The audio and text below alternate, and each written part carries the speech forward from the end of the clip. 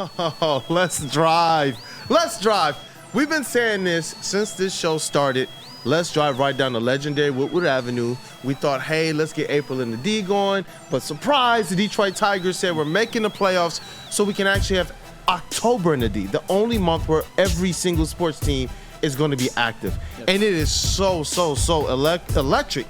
And we got to talk about this game, too, because if the Detroit Tigers win that game, too, then they afford themselves some home cooking there. Absolutely. But do you know what I think could hurt the Astros in winning game 2? Not having Ronel Blanco available to start. I thought, and by the way, in terms of starting pitchers this season in the American League, Tarek Skubals won an ERA, Ronel Blanco was actually second. And for some reason, with the Astros down 3-0, they brought in Ronel Blanco in relief yesterday, and he got 2 scoreless innings. But those 2 scoreless innings didn't really mean anything because the Astros weren't able to come back and win. Don't get me wrong, if the Astros win that game, then that move is worth it. But when you're down 3-0 in a playoff game, your odds of winning are not strong. And I don't get why the Astros manager Joe Espada would do that. And speaking of which, going from A.J. Hinch to Dusty Baker to Joe Espada, that's a couple of Hall of Famers and then some dude in his first year. That's kind of that's a big drop-off. I don't understand it because if I'm the Houston Astros, here's what I'm thinking.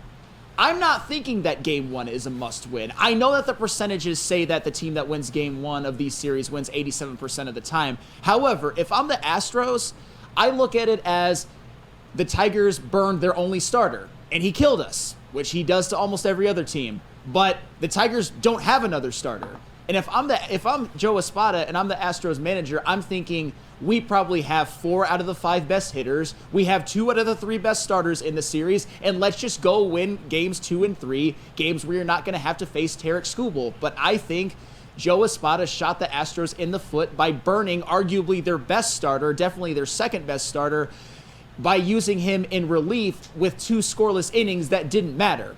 Wouldn't you have liked to have those 2 scoreless innings, Joe Espada, at starting Game 2 instead of in meaningless relief innings that ended up being meaningless? I don't get it, and I think that's going to help the Tigers win. No disrespect to Hunter Brown, but he's a right-handed pitcher as well. I thought maybe they were going to go with Kikuchi, but I'll tell you what, with those right-handed, with Hunter Brown's in the starting lineup, I get it, he's a good pitcher. You know who he's going to have to face? What up, though? Welcome back to the starting lineup, Kerry Carpenter and Colt Keith. Yep. Good luck.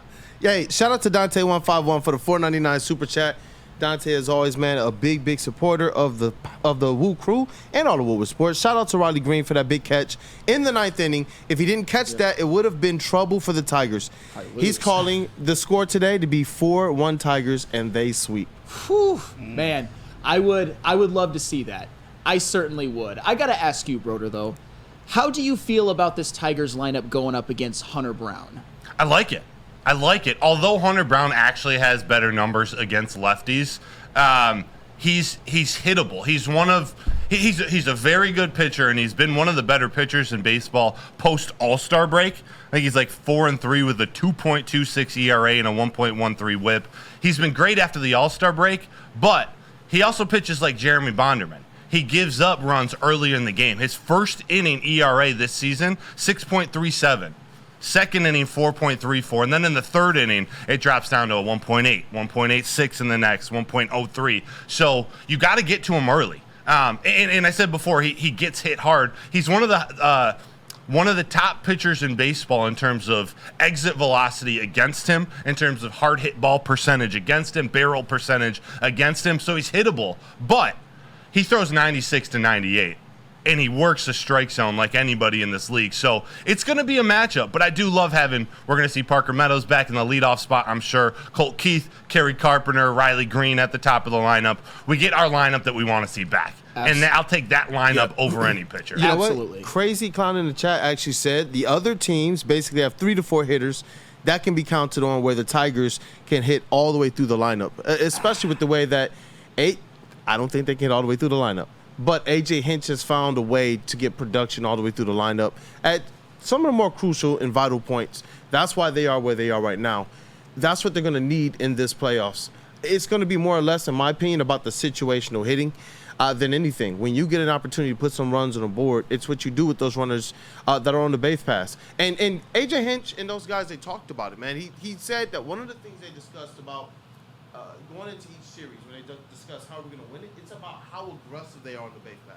Because if you're not going to have the bats going, but you find a way to be a little bit disciplined at the plate, then all of a sudden you have an opportunity to what the mic is yeah. Is it better now? Yes, good. All right, Start that over. You're talking about aggressiveness on the base pass. Yeah. We saw it late in the game yesterday going first to third. Yep. It was Kolke almost got thrown out at second base, or Wenzel Perez. But that aggressiveness, Kool-Aid, you're right. That's part of what A.J. Hinch and Joey Cora use to generate some runs. Yeah, definitely. And that's why I believe that they have an opportunity, despite not necessarily having the consistency throughout the entire lineup hitting-wise. They do have an opportunity, if they get on base, to really cause some trouble with the guys that do get there. That's what I really loved about Vierling's play in the game where they clinched it. It was just how much pressure that has to be put on a pitcher to know if these guys, even if they're hitting a single that's going to be thrown out the first base, Vierling is running so hard that this thing he could score. I don't know what's going on in the mind of a pitcher or the defense or what they have to be thinking about, but with these Tigers, I feel like they're so unpredictable. You can't just kind of key in and say, you know what, that's the hitter that we just have to make sure we shut that person down or pitch around that guy. They put themselves in a position that, despite not being necessarily the best team as it relates to bats, they are very unpredictable and can beat you kind of in different ways as long as they get their guys on base. Sure, and you saw it yesterday. If you're the Houston Astros, you're probably thinking that Jake Rogers should be an automatic out. In that game, he certainly wasn't. Same with Trey Sweeney.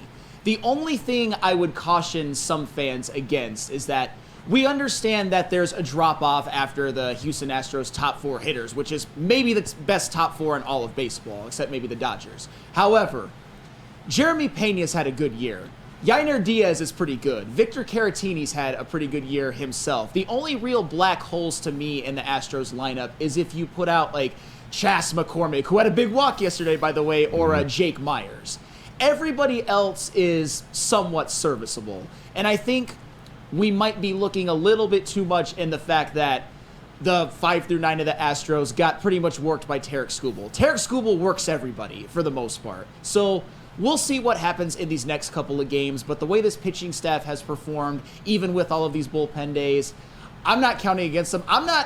Honestly, Tyler Holton starting, I expect him to go 2 scoreless. I expect him to give Kyle Tucker and Yordan Alvarez a nice 0-for-1 to start the game. So we shall see. That's what I was going to say. Hey, they're going with Holton to start this game, to open, to try to neutralize, get a free inning, go after Yordan Alvarez and Kyle Tucker, the lefties, at the top of that lineup, but also Altuve and Bregman. Do the Astros push Tucker to the cleanup spot, move Bregman up in the order to try to get a free at bat the second inning, or do they run Holton out in the second inning too? We'll see. But do you think Reese Olson's coming in going to be the first pitcher in, or can we not even predict this? I don't know if we can predict this. If it were manager Flannel Sam, which I'm sure all of you guys want over AJ Hinch, I'm kidding, of course, I would have probably started Reese Olson. Mm-hmm. You haven't. I'm in no way, shape, or form second guessing AJ Hinch, because at this point it's a fool's errand. But at least you have Reese Olson. If you want to preserve the bullpen, just in case they have to have another bullpen day in Game 3. It's nice to have a guy like Reese Olson who can give you 4 as even a middle reliever or 5 as a middle reliever. So I think it just kind of depends on game flow, but I wouldn't discount Reese Olson being the first guy out of the bullpen today. Man, Detroit Tigers, like we're not just talking about playoffs now, because before I was like, wow, we're talking about Tigers in the playoffs. We're talking about the fact that they have an opportunity to win a game today. They've given themselves a good opportunity to do so, and get to the next round of the playoffs and get us some home playoffs right here in Detroit on Woodward Avenue. And by the way, just because we got to mention some individual matchups against Hunter Brown. As far as players who have a significant amount of plate appearances against Hunter Brown, does anybody care to guess which Tiger has had the most success? Riley Green. Close. Okay, lefty. Close. You got a lefty. Is it Carpenter? It is Kerry Kerry Carpenter. Let's go. Kerry Bonds. Carpenter, a career 856 OPS versus Hunter Brown in 10 plate appearances. But I said close. Riley Green, 721 OPS in 14 career plate appearances. And do you know who has had a pretty good deal of success in a limited sample size? Parker Meadows. Mr. Colt Keith. 5 Really? plate appearances, 1,400 OPS in Hunter Brown's start against the Tigers, in which he actually dominated them. Yeah. Colt Keith did go 2 for 3. So, I'm just saying, welcome back Kerry Carpenter and Colt Keith to the lineup. I love this lineup against righties because you've really got your strongest hitters. And I love to see it. To me, this lineup against right-handed pitchers is pretty damn formidable. Maybe not. Yeah! Absolutely. Maybe not the highest end talent of the Houston Astros, but pretty damn formidable and pretty damn deep. This is why I love flannel and why it's so important to put context around statistics. Because, like I said at the beginning, Hunter Brown actually has better numbers against lefties. He's thrown more innings, and he just has better numbers overall. But against the Tigers lefties, they've hit him well in their career, even though it's a small sample size. Hey, I love that. You got Da Vinci Broder and Flannel Angelo. You guys are just painting Flangelo. it. Right. Flangelo. And Just paint the picture, bro. Tommy not, Famolo. and not to put this energy out there, but if there's one Tiger who has a somewhat significant amount of plate appearances, who has struggled against Hunter Brown, I think to the shock of no one, it's Spencer Torkelson. Yeah. But, Tork has had a very up and down career. But you know what? I just love the way he was able to take those 2 walks yesterday, and he ended the game at first base. That ball probably caught him more than he caught it, but you still got to be there. And you know what? I know that the stats are saying that, hey, the Tigers have an advantage. They have an opportunity. But Flannel, Yes. just tell the people from the heart how you feeling about this game today. How much? Get the people fired up, man. I mean, I think the Tigers get this win. I really do. Let's go. Like, bullpen days, at this point, if you're worried about them, you haven't watched the Tigers for the last couple of months. You've got guys who you can bring out. You can start it with Holton. You can bring Reese Olson out there. You can bring in Hannafy for an inning. You can bring in Sean Rivera or Mariano Gunther. I think I got the name a little bit wrong, but you see what I'm doing there. You could bring in Will Vest again. I mean, why not? An inning and 2/3, you could do that back-to-back days. There's so much at the Tigers' disposal when it comes to these bullpen games. I don't think that they should go all out for this game just in case there's a game 3. But if you've got like a 3-0 lead, if you've got a 4-2 lead in the 8th, You're getting them fired up, just bro. exercise all of your resources, man. And we trust Big that facts. AJ Hinch will put these guys in the best position, like he did yesterday. You saw that Jason Foley was getting hit around a bit. He just didn't have it. AJ Hinch did not let Jason Foley finish that game because in the playoffs, when somebody doesn't have it, you got to get them out of there. And if this happens with the Tigers reliever today, I know AJ Hinch won't let the reliever drown in their own sorrows. Hey, Hopefully it doesn't happen, I though. got to read these. I know we got to get to the next segment, and we got the legend Rob Beard, who will be on in the next couple segments. But Flannel, Yes. Mike G, LFG Flannel, Herb Hey. Nash. Wow, he got us fired up. Hey. Yo, Sam is trying to believe. That's from Answer. I'm doing You got my the best. people, hey, because optimistic Flannel, especially with because that's when all of the stars aligned. Yeah. We've been hurt so much as Detroit sports fans that sometimes you got to just rely on the numbers to try and protect yourself. But it's like this is one of those things where it's all aligning. The fandom, the numbers, what we know about AJ Hinch and what we've seen this team do.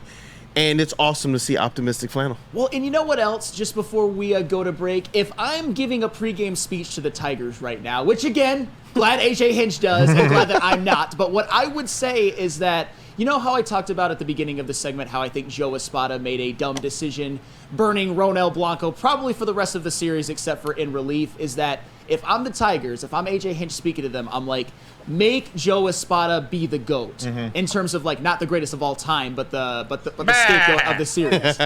When Houston Astros fans are calling into their radio stations, make them be like, that Joe Espada made such a bad decision. We could have had Ronel Blanco starting that game, and instead we had Hunter Brown. And like I said, no disrespect to Hunter Brown, but you're talking about an all-star in Blanco. You're talking about the guy who was second in the AL in starters ERA.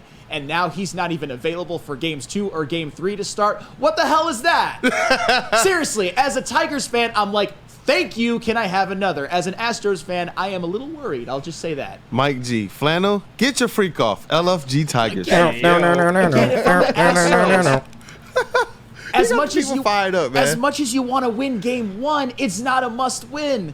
The Astros still have the more talented team. They've got the more high-end talent.